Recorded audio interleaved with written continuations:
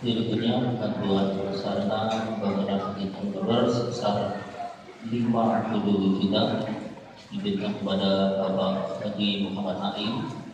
selaku Ketua Panitia Pembangunan Masjid Maupun